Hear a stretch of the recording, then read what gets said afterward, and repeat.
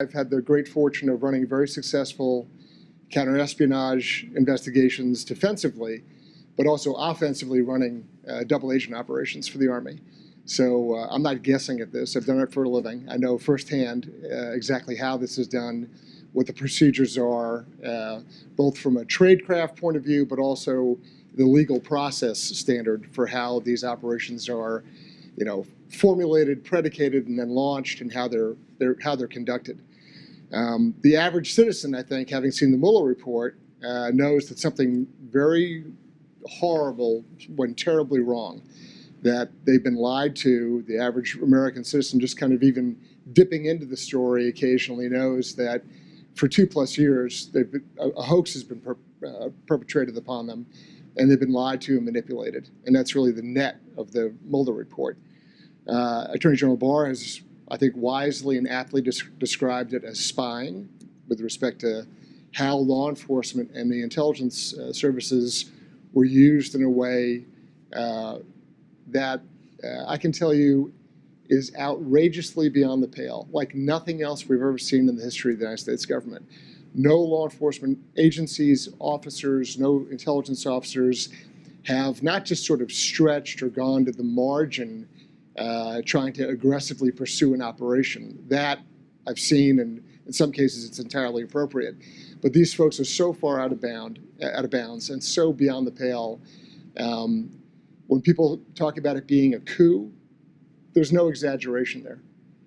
It was a coup. It was an effort to unseat or destabilize the Trump administration, the president personally, but actually his entire administration. And we've never seen anything like it. This makes, pick your favorite scandal, Watergate, Whitewater, whatever. It makes all that look like Keystone Kops. This is a very sophisticated, very thought out, not just lawfare in the sense of using law enforcement and the legal system, Department of Justice and FBI, but also the intelligence apparatus, like we've never seen before. The thought experiment I like to use with people is take the same caliber of persons in the Department of Justice and the FBI, the same rank, authority, the same kind of, assistant secretary type folks, lift that up, move it over, and drop it into the Pentagon. People would call that a coup. I mean, right. We don't have tanks in the street. If generals and colonels were talking about wearing a wire and removing the president, right, you would call it a coup pretty easily. And there's no tanks in the street, and right, obviously there's an enormous difference, but I'm talking about the same sort of caliber and power being exercised in a way to unlawfully go after the president and his entire administration.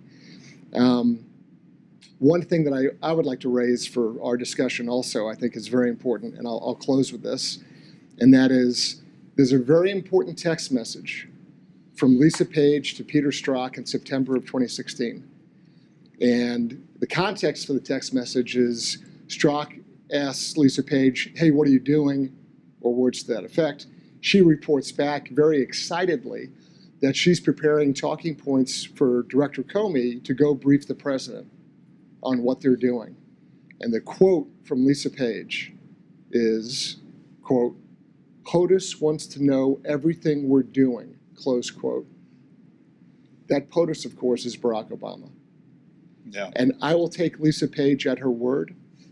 It's an off-the-cuff communication with her paramour. She's excited. She's getting the director prepped. I want to know, what did Obama know? What did he approve?